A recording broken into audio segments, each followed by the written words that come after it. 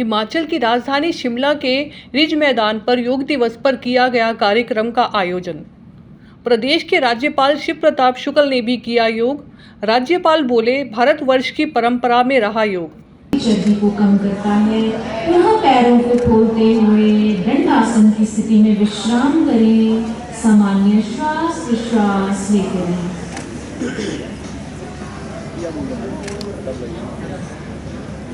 इसके बाद हम शशक आसन का अभ्यास करेंगे। अत्यधिक पेट दर्द तथा आर्थराइटिस के रोगी इस आसन का अभ्यास ना करें। शशक आसन के लिए एक बार फिर आप वज्रासन में बैठ जाएं। दोनों घुटनों को एक दूसरे से दूर फैलाएं। पैरों के अंगूठे एक दूसरे से मिले हों। सांस लेते हुए दोनों हथेलियों को घुटनों के बीच जमीन पर रखें। सामने देखें। सांस छोड़ते हुए आगे की ओर झुकें। चिन को जमीन पर रखें। कुछ क्षण इसी स्थिति में रहें। सांस लेते हुए ऊपर की ओर वापस आ जाएं। सांस छोड़ते हुए वज्रासन की स्थिति में विश्राम करें। सामान्य सांसें लेते रहें। इसके बाद हम उत्तान मंडूकासन का अभ्यास करेंगे। घुटनों व जोड़ों के दर्द से पीड़ित व्यक्ति इस आसन का अभ्यास ना करें। दोनों पैरों के अंगूठों को जोड़कर ही रखें एवं दोनों घुटनों को जितना अधिक हो सके फैलाएं। अब दाएं हाथ को उठाएं, कोहनी से मोड़ते हुए पीछे ले जाएं और बाएं कंधे के पीछे रखें। इसी प्रकार बाएं हाथ को उठाकर कोहनी को मोड़ते हुए पीछे ले जाएं और दाएं कंधे के पीछे रखें। इस स्थिति में रुके रहें। सामान्य श्वास प्रश्वास लेते रहें। अब विपरीत क्रम से वापस आ जाएंगे। घुटनों को जोड़ लें। वज्रासन की स्थिति में आ जाएं। पुनः टांगों को खोलते हुए दंडासन की स्थिति में विश्राम करें।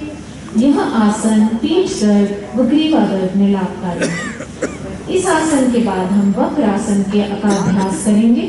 आर्थराइटिस सियाटिका रोग से ग्रसित व्यक्ति इस आसन का अभ्यास ना करें। भद्रासन के लिए दोनों टांगों को मोड़ें।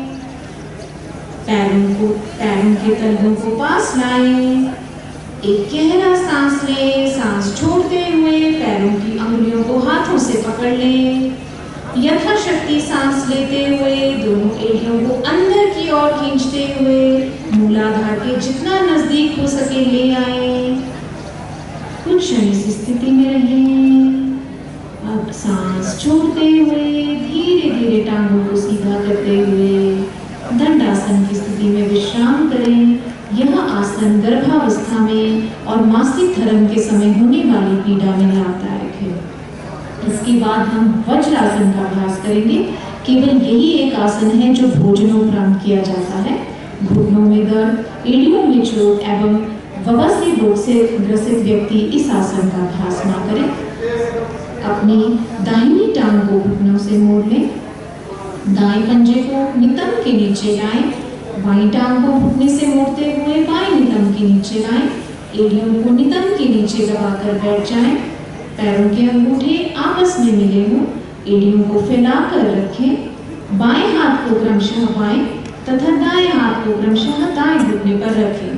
पीठ एकदम सीधी, सामने की ओर देखते हुए सामान्य श्वास प्रश्वास लेते हुए कुछ समय इसी स्थिति में रहें। वज्रासन पाचन शक्ति को बढ़ाता है। जांघ और पिंडलियों की मांसपेशियों को मजबूत बनाता है।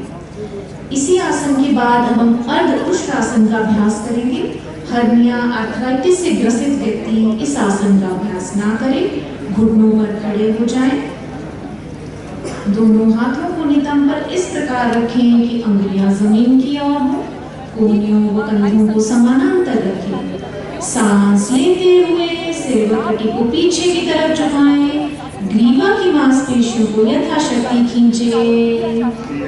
सांस छोड़ते हुए पुनः आगे की ओर आ जाएं। वज्रासन की स्थिति में विश्राम करें। सामान्य श्वास प्रश्वास लेते रहें। इस आसन के अभ्यास से हृदय एवं मस्तिष्क में रक्त संचलन बढ़ता है और ये पीठ व गर्दन की मांसपेशियों को मजबूत बनाता है। इसके बाद हम पूर्ण उष्ट्रासन का अभ्यास करें। इसमें शारीरिक स्थिति ऊंट जैसी होती है। जमीन पर रखते हैं,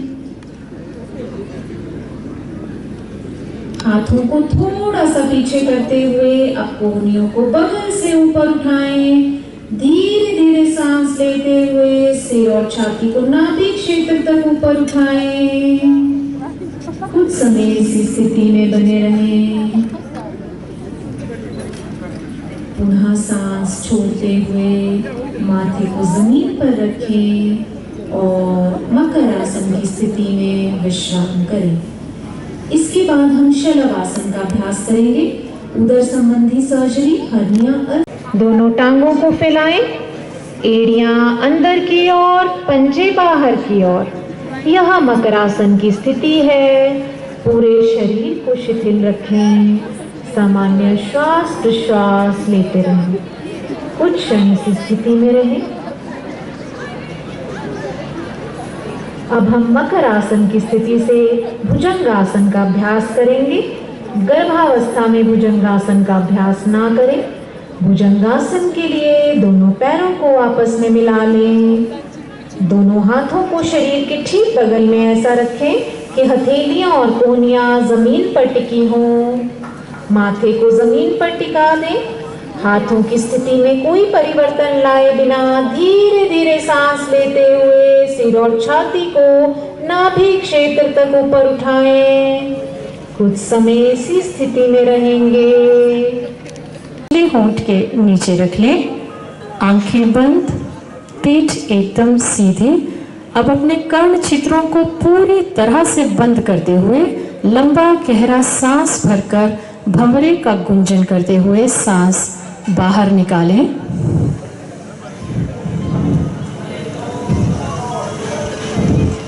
पुनः सांस लेकर के सांस बाहर निकालें। भ्रामरी प्राणायाम। भ्रामरी प्राणायाम का अभ्यास तनाव से मुक्त करता है, चिंता, क्रोध एवं अति सक्रियता को घटाता है। भौरे जैसी आवाज़ का प्रतिध्वनिक प्रभाव मस्तिष्क एवं तंत्रिका तंत्र के लिए लाभकारी होता है। यही एकाग्रता और ध्यान की आरंभिक अवस्था है। अब बिना आंखें खोले ज्ञान मुद्रा में अपने दोनों हाथों को घुटनों पर रख दें। आंखें बंद रहेंगी। इसी अवस्था में हम ध्यान का अभ्यास करेंगे बिना किसी विशेष प्रयास के। जो में मनाया जा रहा है कितना महत्वपूर्ण है।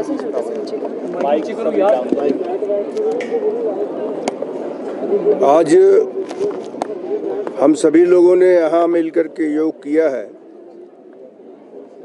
वैसे तो भारत के परंपरा में ही योग रहा है। भारत के ऋषियों ने इसको सभी लोगों को दिया,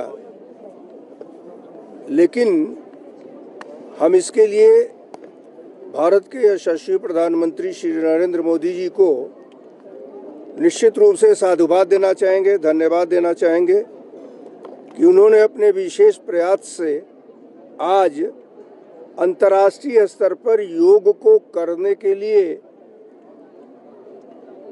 एक ऐसी व्यवस्था की मांग किया कि संयुक्त राष्ट्र संघ ने आज 21 जून को संपूर्ण विश्व में योग दिवस के रूप में घोषित किया। और उसी का परिणाम है कि विश्व के कम से कम 124 से अधिक देशों में सर्वप्रथम शुरू हुआ योग का अभ्यास ये धीरे धीरे बढ़ता चला जा रहा है। हिमाचल प्रदेश के आयुष विभाग ने भी इस रिज के मैदान पर इस कार्यक्रम को आयोजित किया। सभी लोग इसमें सम्मिलित हुए। योग सतत प्रक्रिया है और उसको निश्चित रूप से सभी लोगों को अपने स्वास्थ्य की दृष्टि से और मानसिक संतुलन को बनाए रखने के लिए करना चाहिए।